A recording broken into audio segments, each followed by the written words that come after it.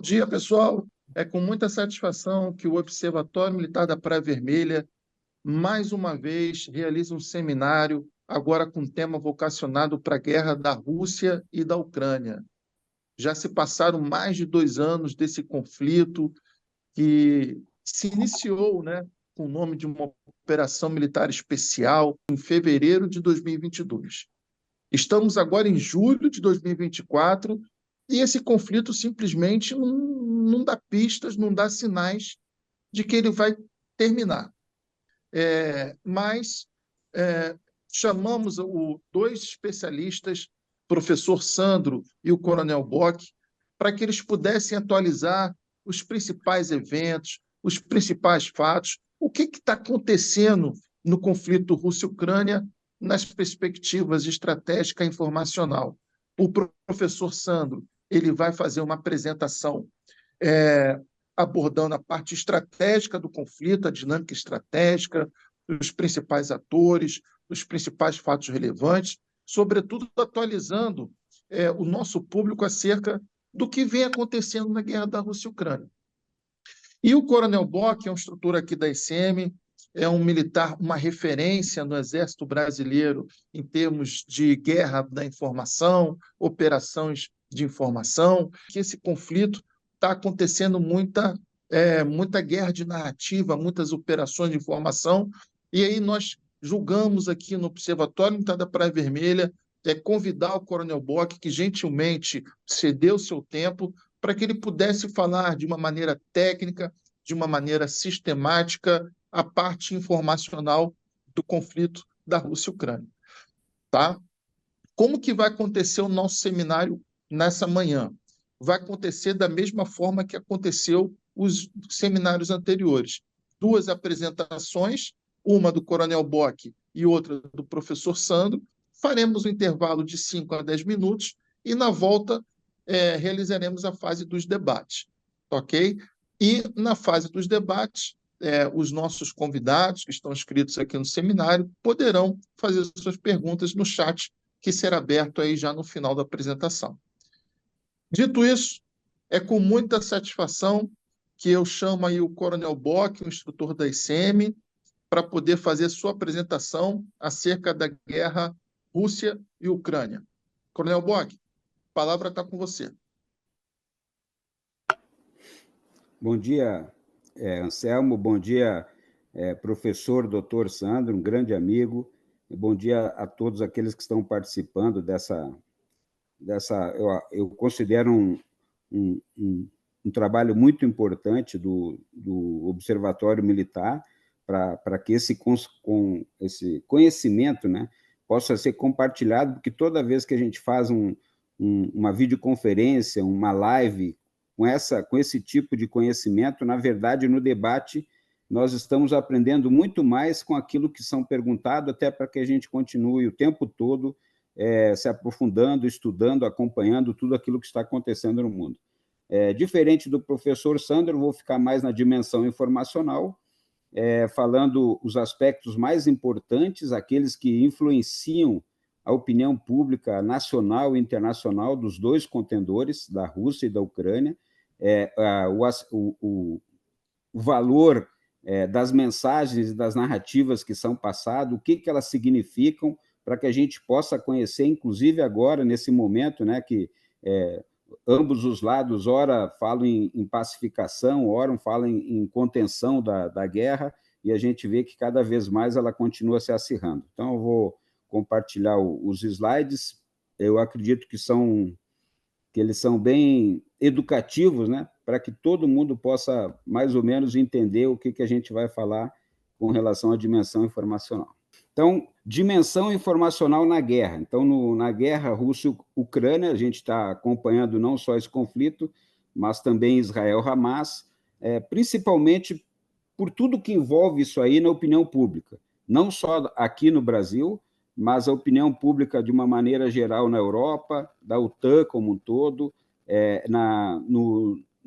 na geopolítica regional lá da Ásia e da Europa, de uma forma geral, com os atores que estão indiretamente envolvidos, e aí é importante, primeiro, colocar alguns tópicos para todos. primeiro falar na liderança estratégica, que tem muito a ver com a dimensão informacional, porque como o líder estratégico de ambos os países estão empregando, né, a comunicação estratégica, a comunicação social de uma maneira geral, para que eles possam ter um aval da opinião pública, não só local, nacional, mas também internacional, para que eles possam alcançar os objetivos que estão propostos por eles mesmos nesse conflito.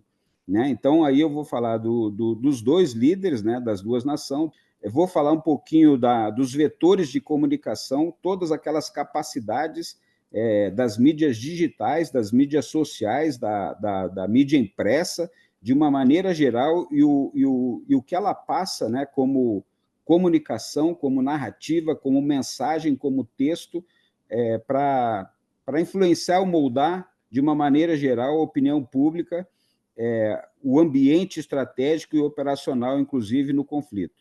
E aí um pouquinho da manobra física tem a ver com o relacionamento e a complementariedade que ela tem com a manobra informacional, que também faz parte dessa dimensão.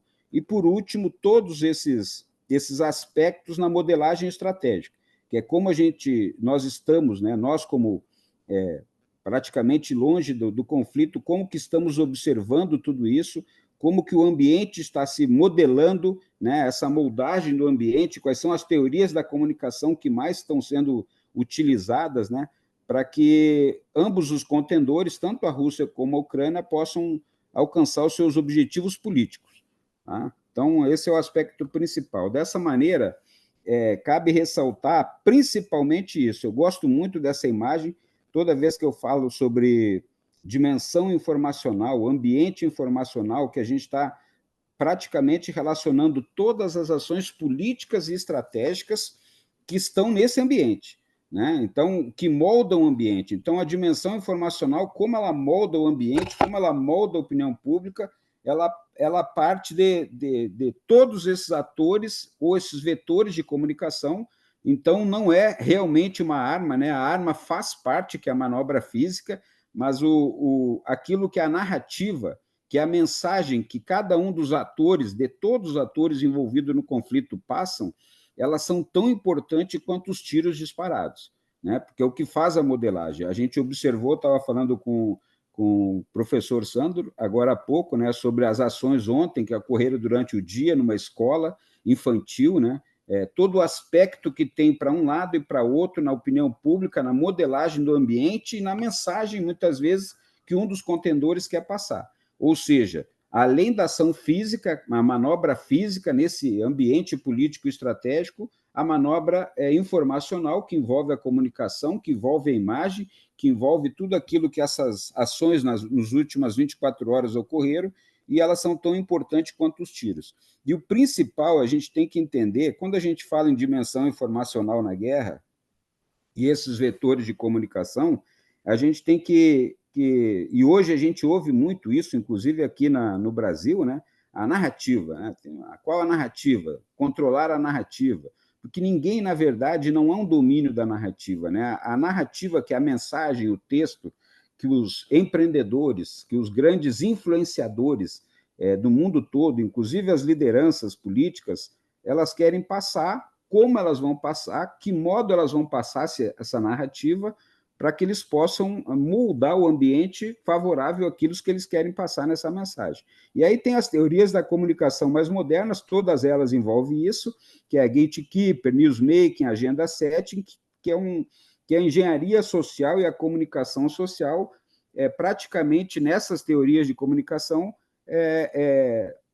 ensinando, né, educando as pessoas que fazem os cursos para que eles possam realmente usar essas metodologias, tendendo a influenciar as atitudes, que é o principal. Como influenciar as atitudes se é um efeito cognitivo, se é muito da cabeça das pessoas, né? Quais os valores que ela tem, o que ela está entendendo naquela mensagem que é importante para que a gente possa construir a realidade baseado naquilo que está sendo passado como informação.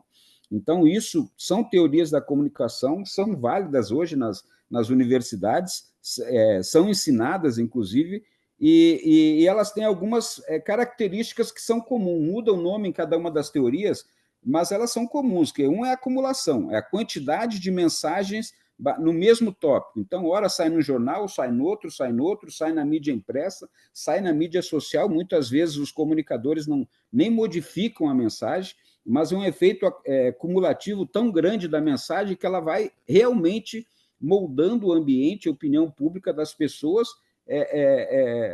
dentro dessas teorias, né? Ou dentro da espiral do silêncio, né? Elas começam a entender aquilo e serem moldadas, ou elas acabam ficando contra aquela narrativa de tão por esse efeito da acumulação o tempo todo que ela passa. A outra é consonância, que é o tempo todo em todas as mídias, e a onipresença, que ela é o dia inteiro, aquela mesma mensagem o dia inteiro, se for o caso, passa no dia seguinte, ou seja, ela está presente em todos os vetores de comunicação, a mensagem semelhante, que é exatamente isso, que é moldar esse ambiente político, estratégico, para aquilo que é os objetivos que os influenciadores ou que os líderes, né, estão querendo passar nessa narrativa. E o principal é essa, quando fala em conflito Rússia-Ucrânia, é essa dimensão do campo de batalha, né? Porque a gente tem ensinado bastante que é muito complexo esse ambiente, envolve uma dimensão física, uma dimensão informacional, que é isso que a gente está fazendo, e a dimensão humana. Só que tudo isso aí tem todos esses atores, né? Esses vetores de comunicação, essas redes sociais, essa hiperconectividade que ocorre o tempo todo, né? A guerra passa a ser percebida instantaneamente, né? O míssil atingiu a escola infantil. 5 minutos depois, a imagem que alguém filmou aquele míssil atingindo a escola já está passando no mundo todo, né? E aí com a narrativa de quem filmou, né? Então, tudo isso aí, porque é uma dimensão informacional, ela é muito complexa, envolve as outras dimensões, tem uma perspectiva e influencia a dimensão humana, né? E o principal é isso. Qual é a verdade que nós estamos construindo? Que é o poder de construir a verdade com essas narrativas, para que a gente possa moldar essa percepção cognitiva, isso é muito psicologia social, engenharia social, e aí sim, afetando essa cognição desses contingentes, dessa sociedade, dessa opinião pública, faz com que essa informação ela passe a alcançar e ter efetividade em tudo aquilo que a gente passa. Então, isso é os vetores que os líderes usam, que é a manobra informacional nessa dimensão, para que a gente possa construir a narrativa, né, moldar o ambiente, a opinião pública favorável àquilo que a gente quer, né? E isso é o foco importante, né, dessa dimensão informacional na guerra. Ela é complexa, a gente não tem dúvida, né? Nem todas as informações elas são verdades, elas são construídas, né, como verdade, e aí isso aí talvez daqui a muitos anos, quando se estudar realmente tudo o que ocorreu no conflito, como é normal no mundo todo, aí sim a gente vai ter realmente os fatos mais próximos do reais e de todas as percepções que ocorrem. Mas é uma construção da verdade, principalmente na guerra, é o que se faz nessa dimensão informacional o tempo todo. Tá? E aí eu começo nessa dimensão informacional com os líderes. O que eles passam em todas as mensagens deles, como líderes políticos da nação, né, como os comandantes supremos das forças sobre o seu poder nesse conflito, qual a mensagem que eles passam não só para o público interno, como também para a opinião pública como um todo. Né? Então, um exemplo bem claro, nessas imagens que todos estão vendo, a maneira, né, que ele era visto como humorista, talvez até a percepção da engenharia social lá da Rússia tenha verificado que ele não teria essa resiliência no confronto, na crise, na guerra, e aí ele começa a aparecer sempre vestido, né, com uma camiseta verde-oliva, da cor das Forças Armadas dele, o tempo todo com aquela, o tempo todo onde o sistema, onde está ocorrendo bombardeios, etc. Ou seja, algumas imagens que passam a resiliência e a coragem dele, e aí que a mensagem dele começa a ter um grau de veracidade muito maior pela forma como ele está usando isso, talvez como pela experiência que ele tenha de vida antes de se tornar o líder da nação, né? E isso é fundamental. Né? Então, um exemplo claro, né, como ele está se reunindo hoje, agora na própria reunião político-estratégica da OTAN, né, a presença dele, o que ele solicita, né, que não abandone a nação, porque a resiliência da nação, ele está fazendo a diferença como líder, e muito mais o povo que entendeu que é um estado de sobrevivência da nação. Né? Então, essa mensagem dele passando o tempo todo, que o grande invasor é a Rússia, né? Isso é importante, tem um efeito cognitivo muito grande na sociedade, na Ucrânia, e eu acredito que até hoje o mundo todo está perplexo com a forma de coragem, de resiliência do povo ucraniano, né? Se defendendo com um poder militar superior, né? Praticamente é uma guerra assimétrica, e se ele não recebesse o apoio da União Europeia, da OTAN como um todo, né? Para que ele pudesse ter essa resiliência, essa coragem, transmitir isso para a nação, envolver a nação disso, talvez a guerra já tivesse até terminado. Então, isso aí foi uma liderança que se mostrou na comunicação estratégica da Ucrânia muito boa, né? As imagens que ela passa, né? E a forma como ele vem conduzindo essas imagens no seu discurso, na sua narrativa. Né? Então, construindo uma verdade e tentando controlar a narrativa com a visão ucraniana. Esse é o trabalho do Zelensky. De outra maneira, a gente olha para o Putin, no início, sempre, né, com aquela imagem dele, né, realmente mais gélido, né, mais frio, né, que ele transpassa, mas o relacionamento com os outros estados é fundamental. E sempre que acontece isso, um exemplo com a China, essa imagem corre o mundo. Né? Então, ele faz isso com a China, faz isso com a Coreia do Norte, agora teve com o presidente da Hungria. Então, são mensagens que são passadas, né? E ali, no caso, com essa mensagem, a última ali da direita, por ser um país com todas as características que tem da antiga União das Repúblicas Socialistas, né? Ele ainda é um país católico ortodoxo muito forte, né? E ali ele com o líder da igreja ortodoxa lá na Rússia. Tudo isso aí é uma mensagem para tentar fazer com que a nação entenda, né? Que a aproximação da OTAN é uma mensagem para a aniquilação da Rússia. Então, esse tipo de mensagem que ele passa e a forma como ele faz esse relacionamento com os outros países é fundamental. Então, são duas lideranças diferentes na forma de aplicar a comunicação estratégica, né, e moldar a opinião, mas que elas não deixam de passar uma mensagem em cada imagem, em cada narrativa, em cada vetor de comunicação que eles estão utilizando. Então, isso é fundamental quando você fala da importância do líder, né? Do líder, e isso envolve todos os níveis, pode ser no nível político, nível estratégico, operacional, lá no conflito propriamente dito, empreendedorismo, um líder de uma grande empresa, a diferença que ele faz na mensagem, na forma de se posicionar, em como ele está passando essa mensagem para que ele possa controlar a narrativa e, consequentemente, alcançar aquilo que ele tem como objetivo de Estado, no caso dos dois aqui. Quais são os objetivos da Ucrânia e quais são os objetivos fundamentais da Rússia como um todo. Né? Então, a forma como eles estão se utilizando desses vetores de comunicação para gerenciar isso faz uma diferença, não tenho dúvida, né? As grandes perdas humanas no conflito elas são minimizadas por ambos, né? Até porque isso é uma segurança nacional.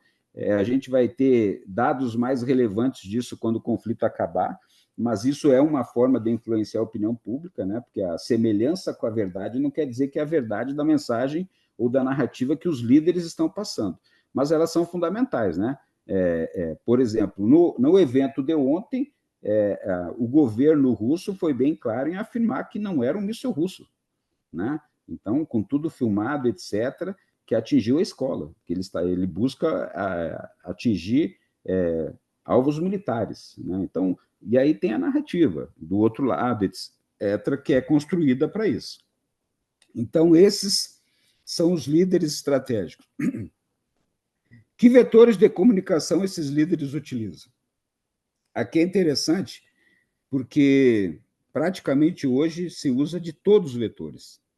Tanto a parte da propaganda que eles fazem, obter a vantagem informacional nessa dimensão, né, a superioridade da informação, buscar ser relevante na narrativa que eles estão aprendendo, né? Então, isso aí é uma hiperconectividade instantânea no mundo todo, ou seja, toda mensagem ela tem um aspecto grande, a gente pode ver nessas imagens aí, instantaneamente esses vetores são utilizados, tanto para o público interno, que eles querem alcançar, né, nessa dimensão informacional, para moldar o ambiente, e aqui a gente está vendo a mídia nacional falando, conflito entre a Rússia e a Ucrânia, conflito de narrativas, guerra de narrativas, que é exatamente isso que as teorias de comunicação ensinam, para que você tenha um controle, não um domínio da narrativa, porque você não vai ter. E aqui eu deixo 2 livros muito interessantes, né, que é Anatomia da Rússia, né, na Guerra Informacional, que é um escritor, ele tem vários artigos e livros, né, escrevendo sobre isso, né, de várias épocas e o principal é aquele que é o segundo, né, que fala sobre o diabo, né, o diabo da guerra informacional, alguma coisa parecida com isso. São textos importantes, são leituras, né, que nos ensinam a gente vê realmente como se utilizar desses vetores de comunicação quando a gente quer moldar o ambiente, moldar a opinião pública ou a sociedade para aquilo que nós desejamos, né? Então, realmente, tentar controlar a narrativa de uma certa maneira. São vários livros escritos sobre isso e a gente pode fazer um press release deles aqui a seguir. E o outro é a mídia impressa, o mass media, né? No mundo todo, o tempo todo, e com a narrativa cada um do seu lado, né? O mundo russo, chinês, etc., ali a geopolítica asiática tem uma narrativa naquilo que sai na mass media, e o mundo judaico-cristão, o mundo ocidental, de uma maneira geral, tem outra, né? Então, essa narrativa, os controladores, né, da dimensão informacional, os maiores empreendedores, eles tentam colocar a mesma narrativa em vários vetores de comunicação, em tudo que é lugar, né? Então, uma mesma mensagem nos Estados Unidos passou em 72 canais de televisão diferentes, a mesma mensagem, né? Ou seja, aquilo que você quer construir como verdade para dizer desse massacre que a Rússia está causando na Ucrânia, da destruição da Ucrânia, até para que a opinião pública possa apoiar, né, todo evento ou toda ação política em prol da Ucrânia. É um exemplo, né? Então, o principal é isso, que os inúmeros motivos de cada um dos contendores, eles têm uma exposição em todos os canais, uma hiperconectividade quase que instantânea, que acaba moldando a opinião favorável ou não àquilo que eles querem como empreendedores, como políticos, como líderes, como nação, né, em prol da sobrevivência do seu Estado, e o outro da conquista, né, de voltar àquela antiga União das Repúblicas, ali, todo aqueles países limítrofes ali, debaixo do poder russo, né? Então, são narrativas que são passadas e tentadas manipular o tempo todo. Então, principalmente, a gente vê isso, que a representação desses atores, inclusive em outros, né? Não só vetores de comunicação, mas tu vê isso no Facebook, tu vê na Amazon, tu vê em sites, tu vê em cartão de crédito, tu vê no Twitter, no X agora, né? Então, sempre tem alguma mensagem, né, baseado no conflito, ou falando pró-Ocidente ou pró-russo, sino-russo, alguma coisa assim. Mas o mais importante é que isso ocorre em todo o mundo. Não é só lá na Europa, não é só algumas mensagens que chegam no Brasil, isso é quase que instantaneamente, principalmente quem assiste alguns canais diferentes, né, em outras línguas, para acompanhar, inclusive, o que está acontecendo no mundo. Mas não muda, né? Então, os vetores, hoje a gente começa a ver que todos os vetores, todas as marcas, né, que são conhecidas no mundo, alguma coisa, alguma mensagem elas passam, né, alguma narrativa com relação ao conflito. Isso é uma novidade no conflito atual. E aí a gente entra para aquela concepção do Exército que a gente está aprendendo, graças a Deus, né? Isso aí há muito tempo alguns especialistas do Exército vão estudando a manobra informacional, mas nós éramos poucos que tentávamos dar uma narrativa da importância da manobra informacional em qualquer conflito, em qualquer ação, em qualquer dimensão, inclusive na própria comunicação social da instituição, e o novo Manual de Concepção Estratégica Operacional do Exército, COEB, ele já mostra a importância da manobra física informacional, já tem todos os aspectos e ações que são passadas, e aí a gente começa a ter uma outra visão, estudar diferentemente cada um dos conflitos, não só na dimensão, na parte física dos dados relevantes do conflito, mas também naquilo que é feito para moldar, né, estrategicamente a opinião. E aí a gente vai dar um exemplo da manobra física. O que acontece hoje no conflito Rússia-Ucrânia? Combate em profundidade, sobrevivência no campo de batalha, compartilhamento do conhecimento. Isso é impressionante, né? A gente tem visto as imagens de drone destruindo pessoas, matando pessoas ou destruindo algum material, equipamento do outro contendor, né? De ambos os lados é feito isso no mundo todo, né? A parte de logística, né? A atuação jurídica, de uma forma geral, mesmo que durante o conflito, né? Durante a guerra, enquanto ocorrer o conflito, ele não vai ter uma atuação muito forte, apesar de está no tribunal fulano, agora está o ciclano do país pelos crimes que está cometendo. Para eles, isso não tem implicação enquanto o conflito ocorrer, né? Talvez no pós-conflito, aí sim. E o principal é a manobra informacional.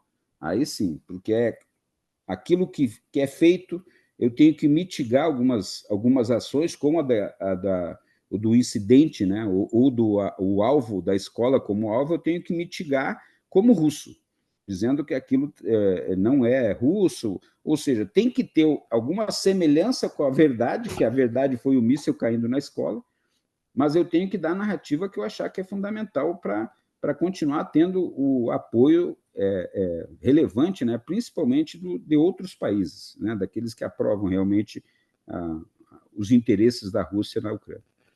E aí são as diretrizes. No nível político e estratégico, quais são as mensagens, qual é a unicidade da comunicação que está sendo feita e para influenciar os públicos-alvos nesse ambiente como um todo. E quais são os efeitos, né, a produção dos efeitos sinérgicos que contribuem para que esses objetivos militares sejam alcançados. Qual foi a mensagem desse míssil atingir a escola durante o dia, né? E é um míssil normalmente utilizado em alvos cirúrgicos, né?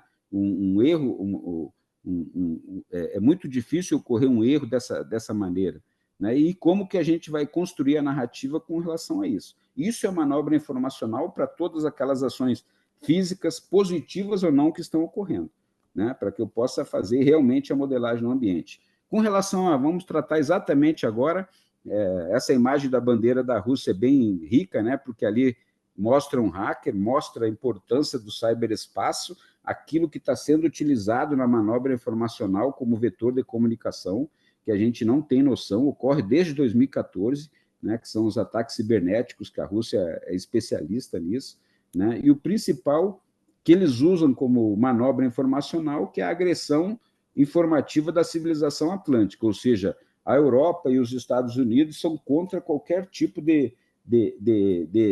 da cultura, da civilização russa como um todo. É o que eles passam. Em todos os vetores de comunicação você vê isso, de uma maneira ou de outra, mostrando, né, da própria aproximação da OTAN, desde que o Pacto de Varsóvia deixou de existir, cada vez indo mais em direção à Rússia.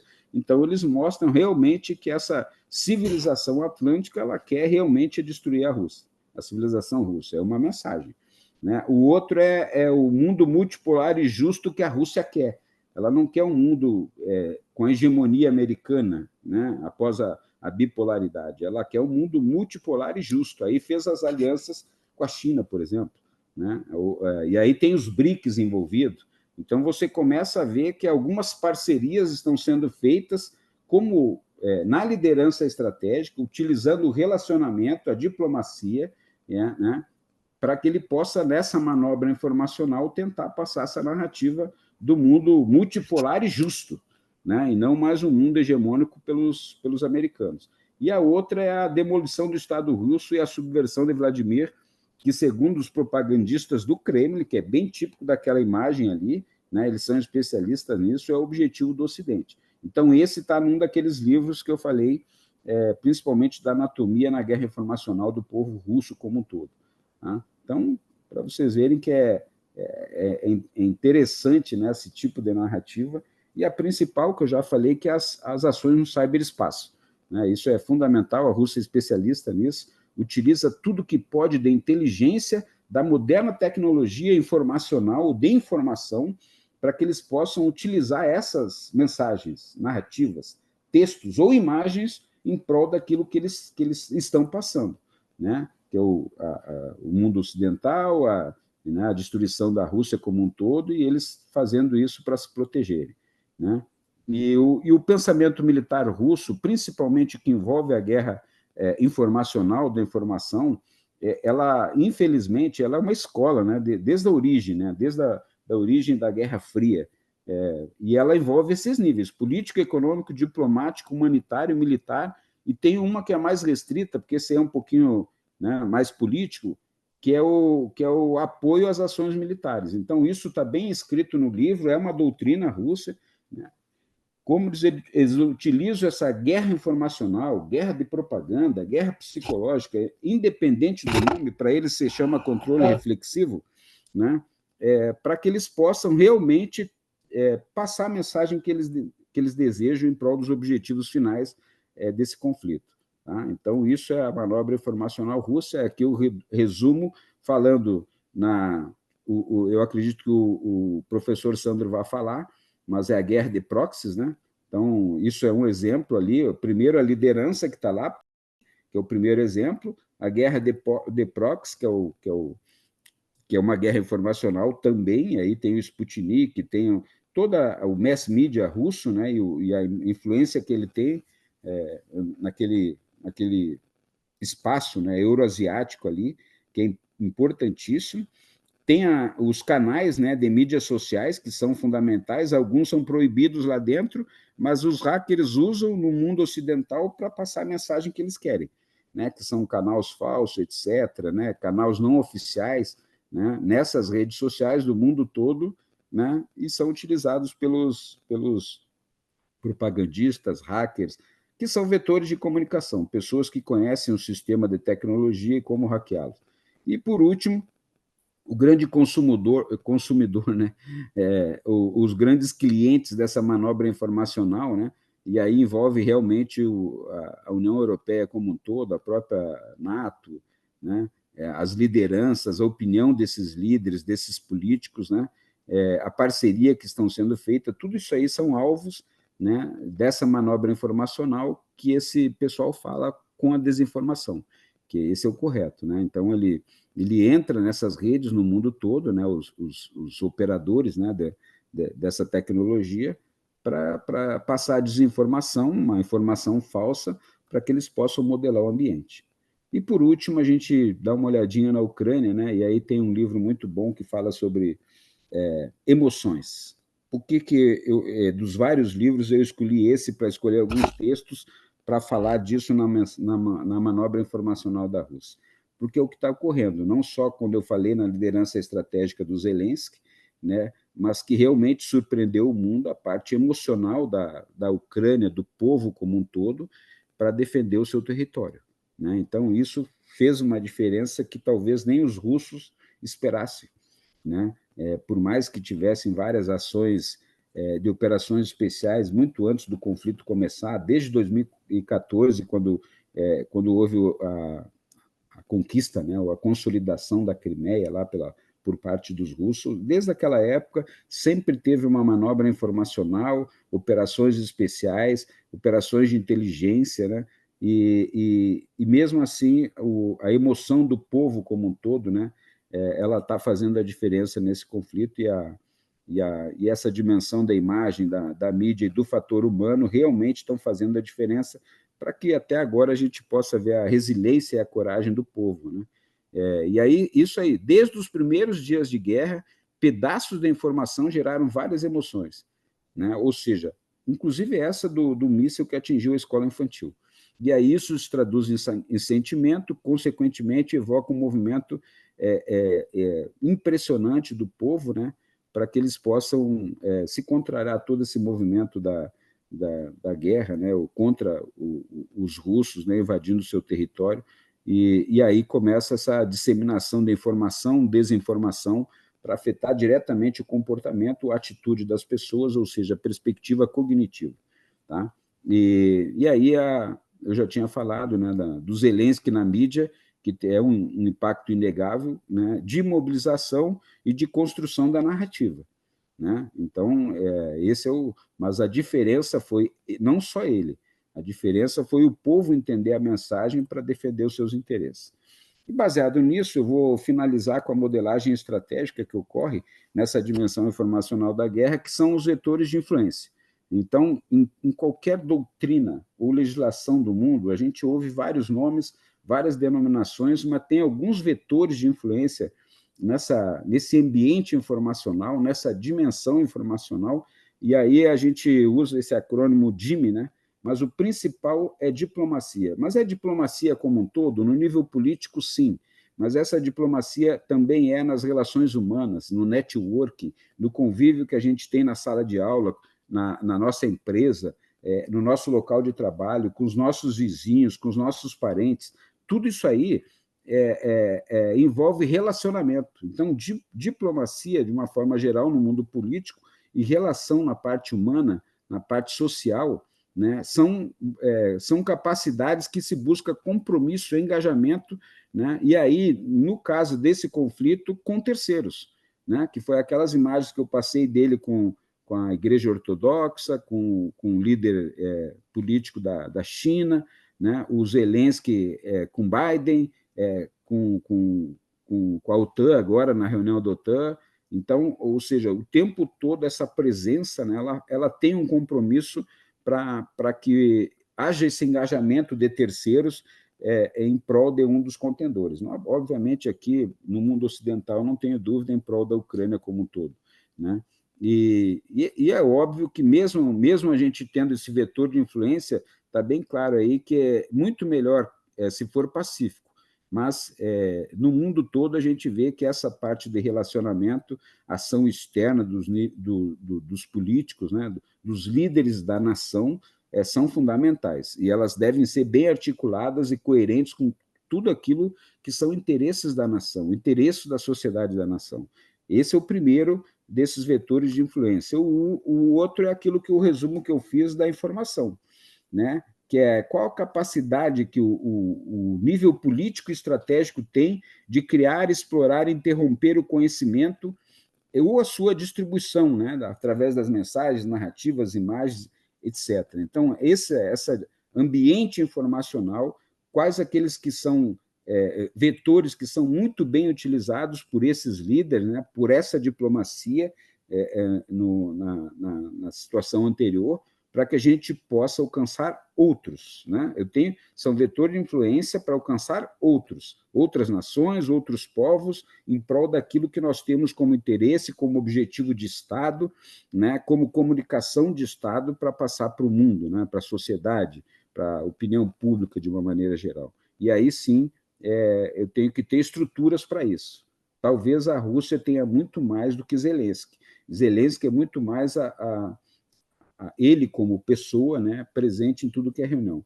Já a Rússia não, ela usa aquela tecnologia, os hackers, né, o pessoal que desde a Guerra Fria são especialistas em entrar em sites no mundo todo, escrever as mensagens, modelar a opinião pública, principalmente no ambiente universitário, né, para que eles possam defender as causas da Rússia, por exemplo.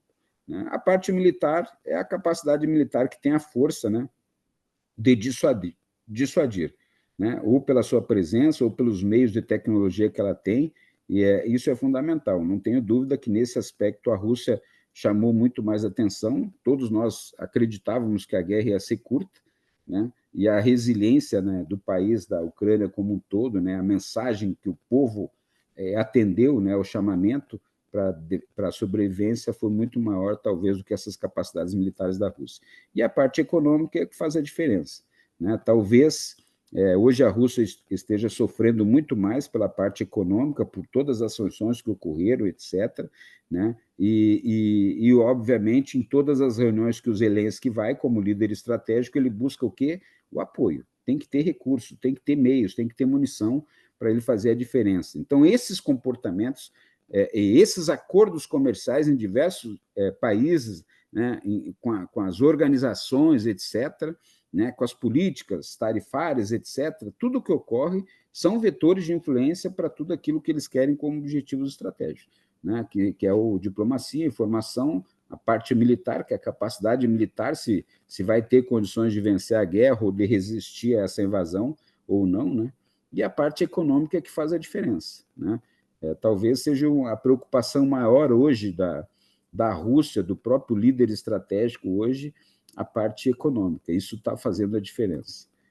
Dessa maneira, gente, eu acredito que a parte da dimensão informacional bem vocacionada bem para a parte administrativa, né, educativa, né, do que é uma dimensão informacional e como que a gente se utiliza de alguns vetores de comunicação para modelar esse ambiente, modelar a sociedade com as narrativas, com as mensagens, com as imagens, né, para que sejam favoráveis à nossa causa, ou Rússia ou Ucrânia. Eu agradeço desde já, obrigado, Coronel Anselmo, e passo a palavra aí para o doutor Sandro, nosso grande mestre. Obrigado, Bock.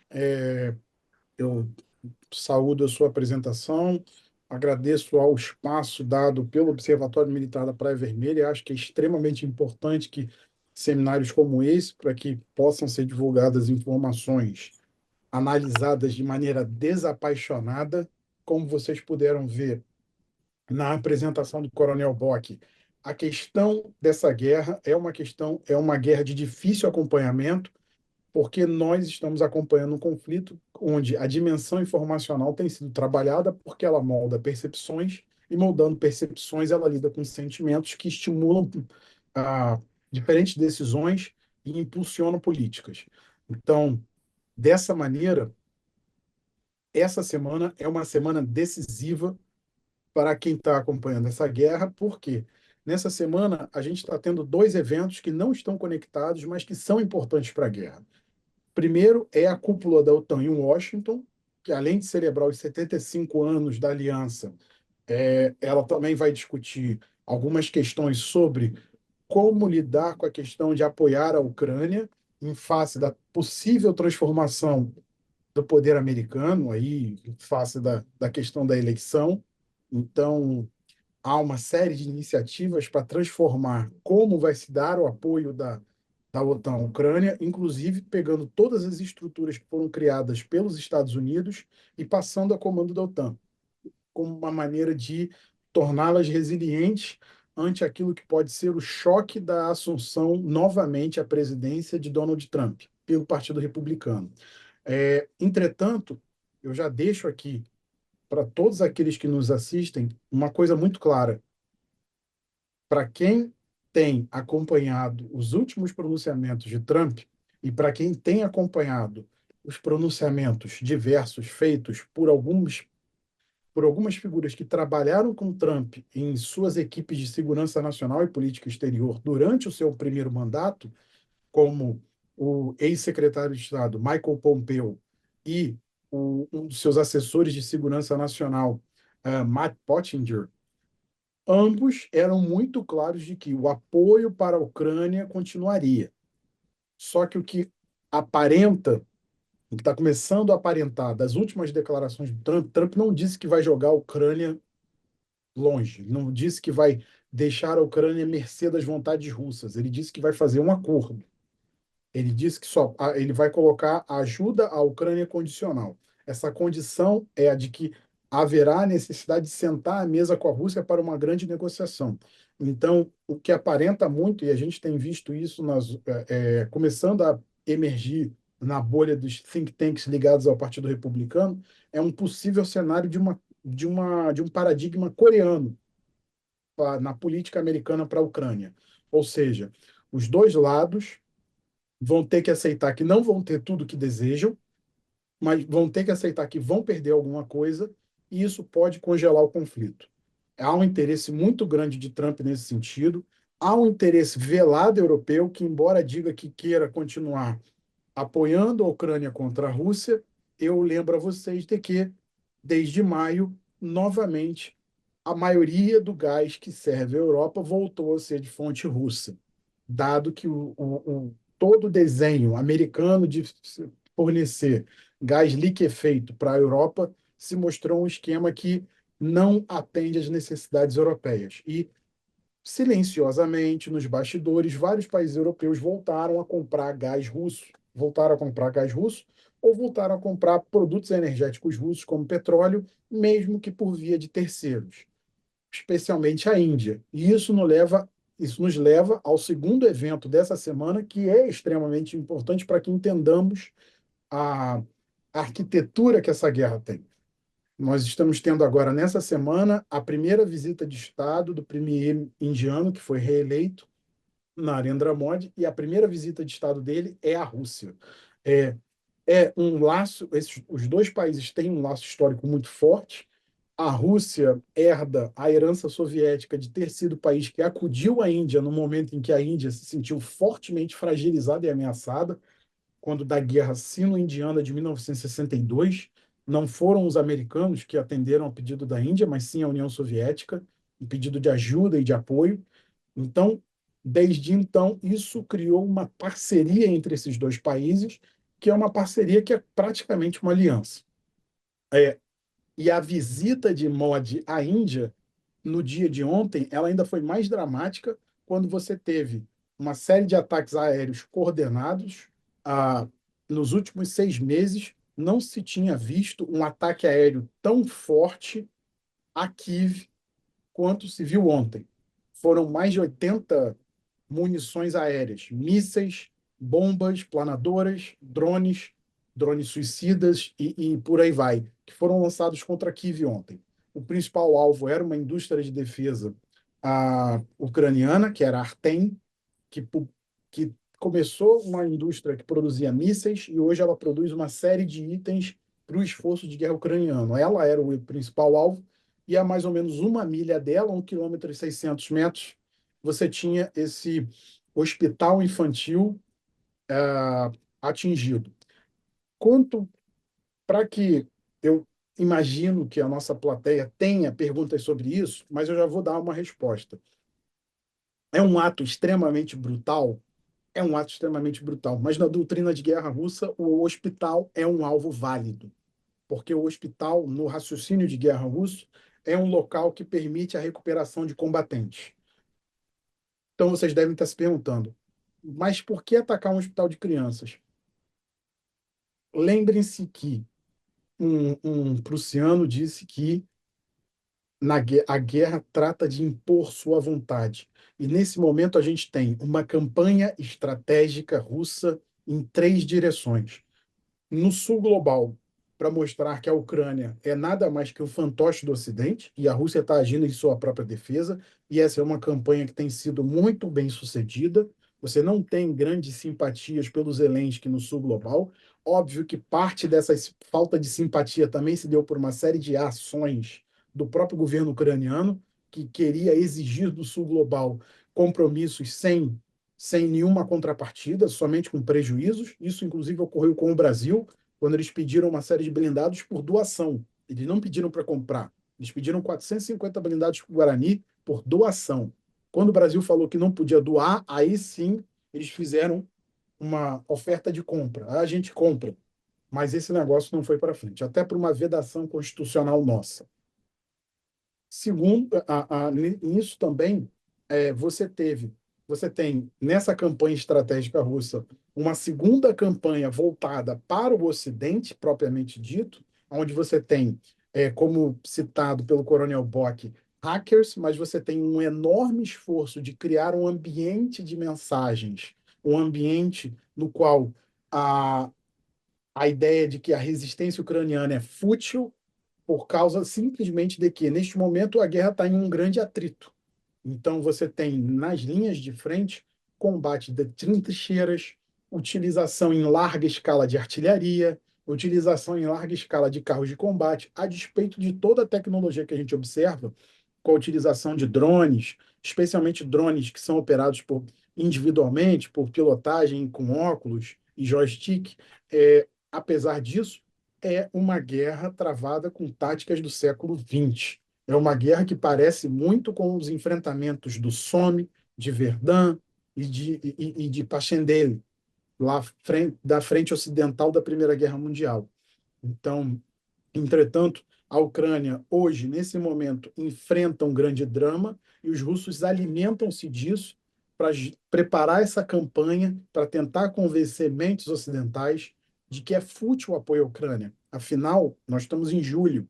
Julho vai registrar o 8º mês seguido de ganho territorial russo na Ucrânia consecutivo. Em nenhum momento da guerra não são grandes distâncias, mas são ganhos.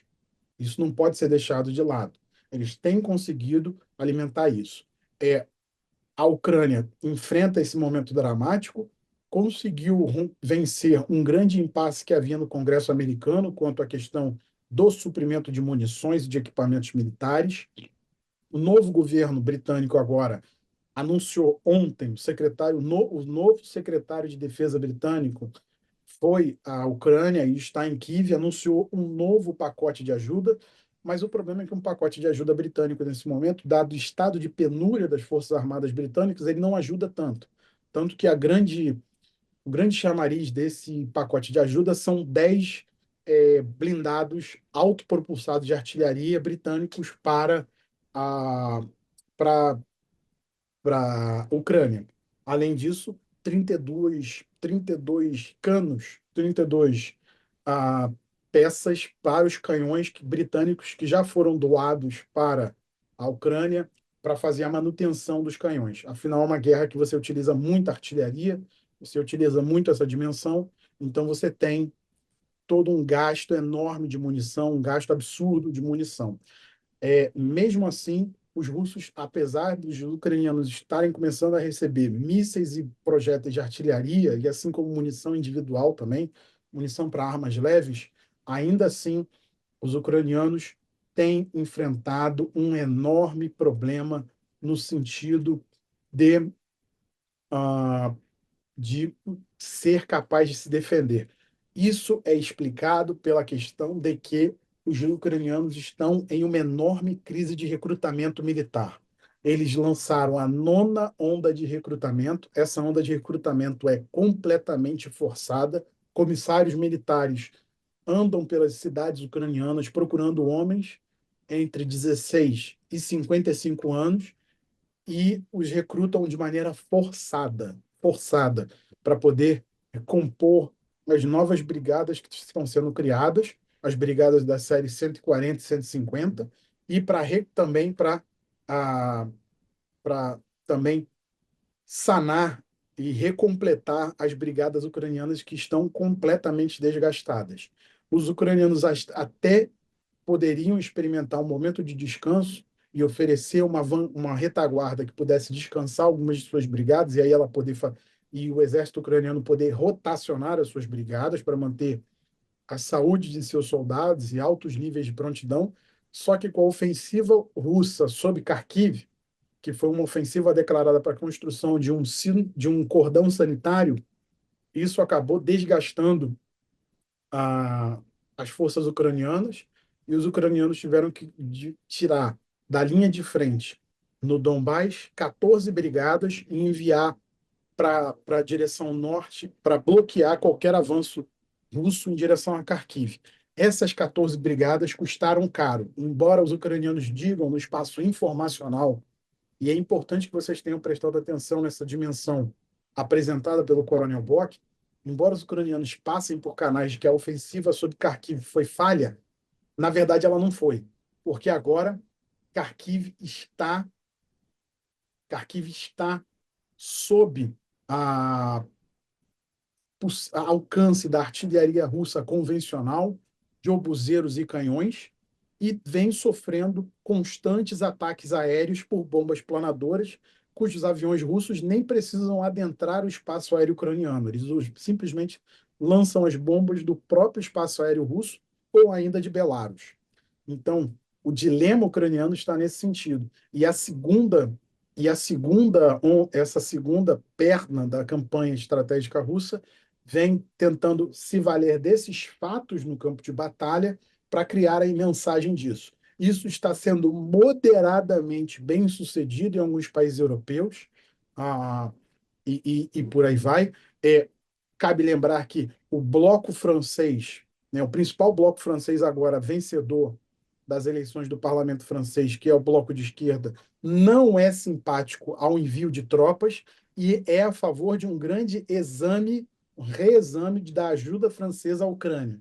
Então, isso pode acabar forçando uma diminuição dessa ajuda francesa à Ucrânia, uma ajuda que tem sido extremamente efetiva. Os franceses têm falado muito, mas também têm dado muita coisa, têm dado muita munição individual, têm dado uma coisa que é pouco falada, mas é extremamente importante, mais da metade do material de apoio de saúde, material médico que foi fornecido à Ucrânia é de origem francesa, foi doado pelo exército francês à Ucrânia, assim como também peças de artilharia, aquela viatura sob rodas que é o canhão César. Os franceses deram mais da metade da sua frota de César para a Ucrânia e tem feito encomendas constantes à Nexter para não só ressuprir aquilo que o exército francês doou, mas também para produzir novas peças e entregar à Ucrânia. A terceira onda russa é uma onda que não é tão bem sucedida, então ela está mudando de face, ela tá procurando demonstrar quebrar a moral ucraniana pelo terror.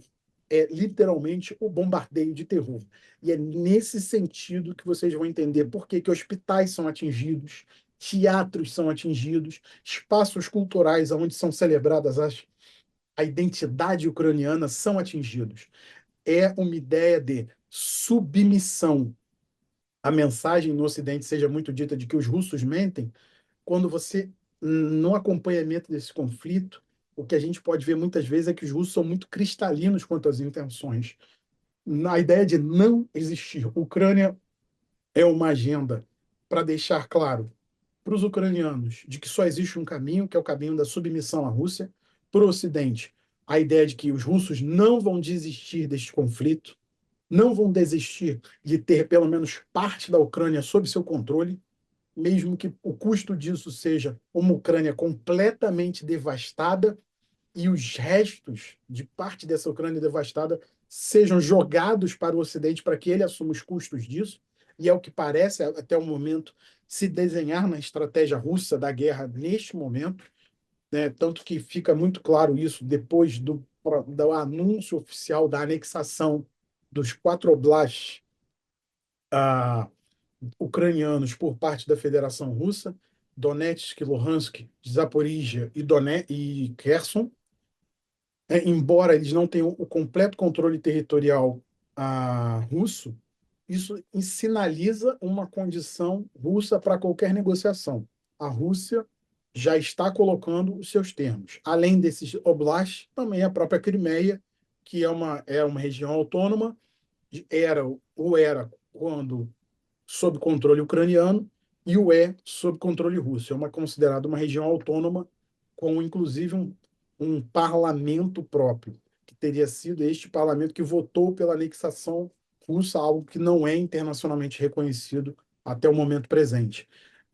A grande questão neste momento que a gente está observando é a Ucrânia tentar resolver a sua crise de recrutamento, a sua crise de manancial humano para suas forças armadas, algo que tem sido muito difícil. Estima-se que de 7 a 10 milhões de ucranianos tenham fugido da Ucrânia dos primeiros momentos da guerra. A gente está falando de um país de 40 milhões de pessoas. Se 7 a 10 milhões fugiram, você teve um quarto do país fugindo. Um quinto a um quarto do país fugindo, o que é um dado extremamente alarmante. Dessa maneira, e muitos desses ucranianos se estabeleceram na Europa e não querem voltar. Além de terem se estabelecido na Europa, muitos desses ucranianos mais jovens eram parte da indústria de tecnologia da informação, da indústria de inovação e da indústria de propaganda e marketing que estava florescendo na Ucrânia, muito interligada a essas cadeias na Europa. Então, eles se tornaram funcionários das empresas europeias e essas empresas não querem perder essa mão de obra extremamente especializada e barata, porque, afinal, o salário ucraniano não é um salário europeu, não é um salário de nível europeu, e essas empresas não querem perder isso. Então, você tem um enorme dilema, tem sido debatido no Parlamento Europeu sobre devemos confiscar os passaportes, anular esses passaportes ucranianos e devolvê-los para a Ucrânia. Essa é uma proposta que foi lançada pela Hungria no ano passado, de que todo homem ucraniano identificado acima de 18 anos deveria ser deportado pelos países europeus de volta para a Ucrânia.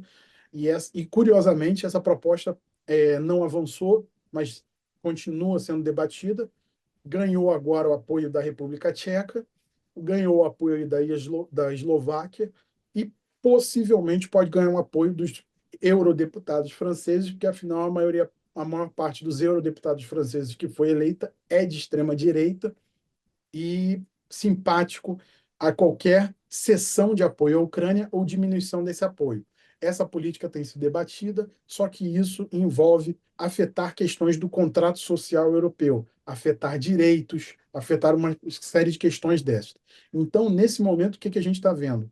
Uma Rússia que vai capitalizar em cima da visita de Estado indiana, demonstrando que não está isolada, que é o discurso comum ocidental de que a Rússia estaria isolada, mas cada vez mais, quando a gente vê os fluxos globais de compras, a gente vê que o pacote de sanções feitos pelo Ocidente tem sido, especialmente a partir do quinto pacote, que foi em meados de 2022, ele voltou-se muito mais para indivíduos do que para empresas ou o próprio Estado russo. Embora a Rússia seja o país mais sancionado do mundo, o FMI publicou ontem um nível de gasto de vida e a Rússia, pela primeira vez, entrou em nível de gasto de vida de países de primeiro mundo.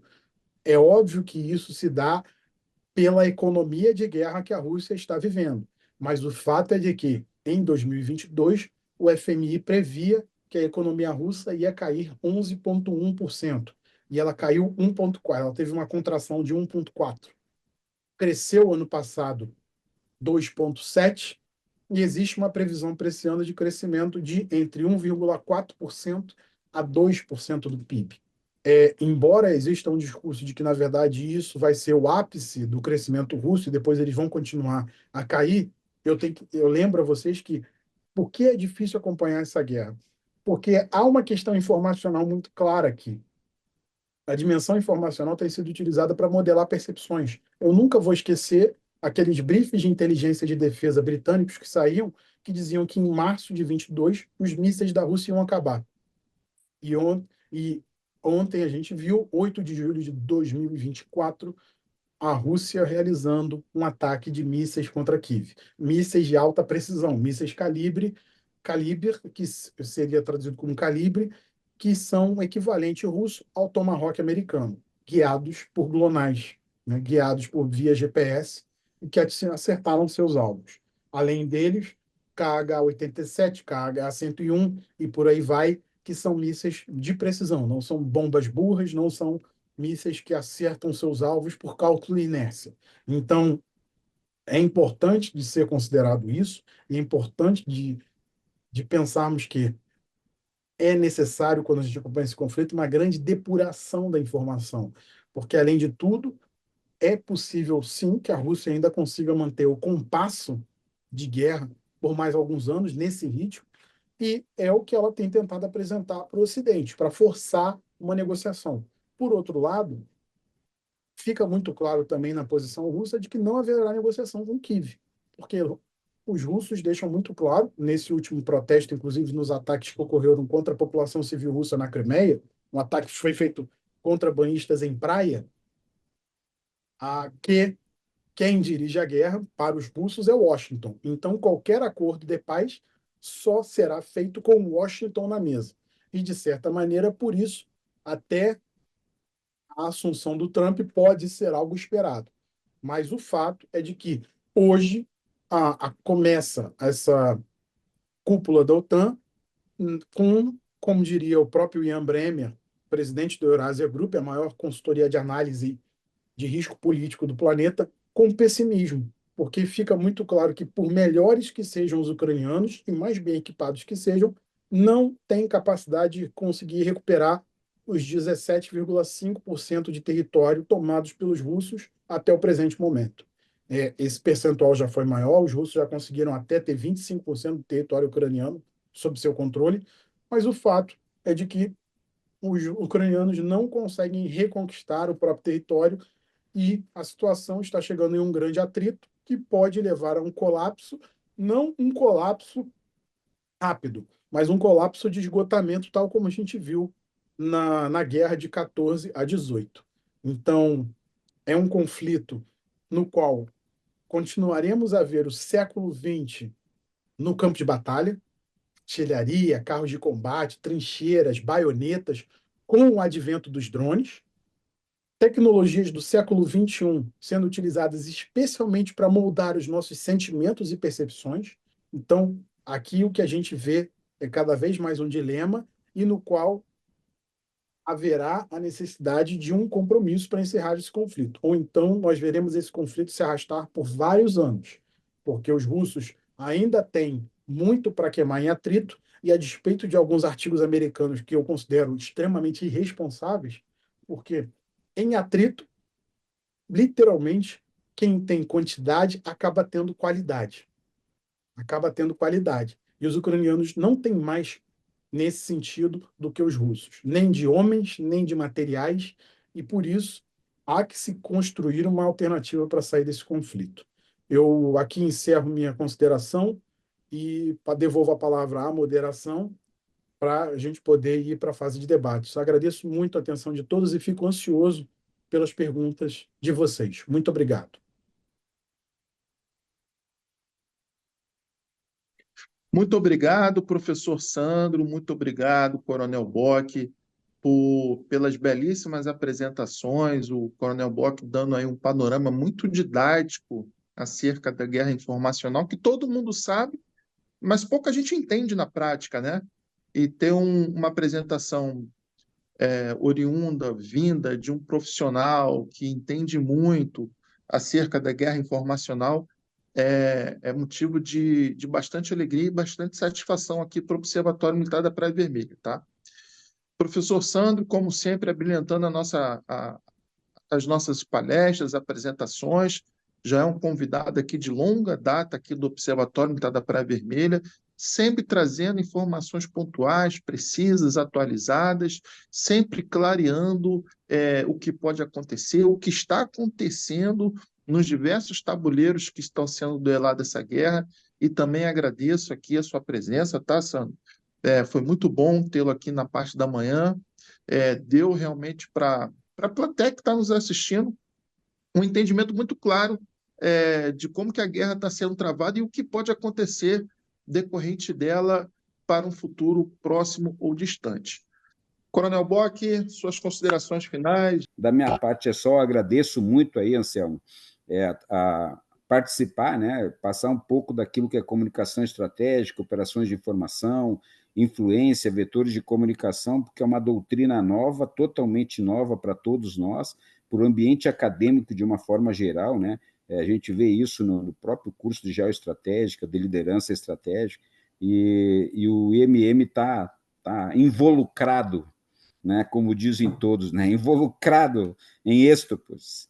Então, isso é importante, e é importante eventualmente a gente realizar o Observatório Militar como um todo, fazer essas análises, porque é a nossa área, é a nossa especialidade, somos uma escola de mais alto nível, o Instituto Meira Matos é uma ferramenta da escola para o ambiente acadêmico, tá? Eu agradeço aí, Anselmo. Sandro, muito obrigado aí, aprendi novamente com você e com todos aqueles que fizeram alguma pergunta, obviamente que a gente vai continuar se atualizando para efetivar cada vez mais nossos artigos, as nossas respostas e a participação no AMPV como um todo. Obrigado aí, Anselmo. Obrigado, Coronel. Vou passar agora a palavra aí para as considerações finais do Sandro, ok? Sandro, considerações finais. Quero agradecer aqui o espaço do debate. Vou colocar apenas um dado que acabou de ser publicado por um think tank econômico europeu. Do início da guerra até 6 de julho de 2024, somando petróleo, carvão e gás, a União Europeia pagou à Rússia 196 bilhões de euros, seguido pela China com 187, seguido pela Índia com 94 bilhões. Então, isso mostra para os senhores que, embora a guerra tenha continuado e você tem toda uma retórica, os negócios continuam. Financial Times de Londres estimou que das 3.000 companhias ocidentais na Rússia, quase 900 saíram, mas 2.137 ficaram na Rússia, continuando a conduzir negócios. Então, a gente tem que olhar essa guerra também pelo lado dessa questão financeira, porque há também um fundo de ganho nessa questão e do risco geopolítico. E cabe a gente olhar que a gente está numa guerra que marca o nascimento dessa era de competição das grandes potências. E aí é importante a gente acompanhar, olhar com as ferramentas nossas, com o nosso olhar, como bem colocado pelo Coronel Bock, estabelecendo um diálogo nosso com a sociedade. Muito obrigado. E obrigado a você, Anselmo. E já passando aqui para a fase final, agradeço a todos, professor Sandro, Coronel Bock e plateia, por mais um dia, mais uma manhã proveitosa, onde todos nós pudemos aprender. Tá ok? Até o próximo encontro e desejo a todos um belíssimo dia. Grande abraço.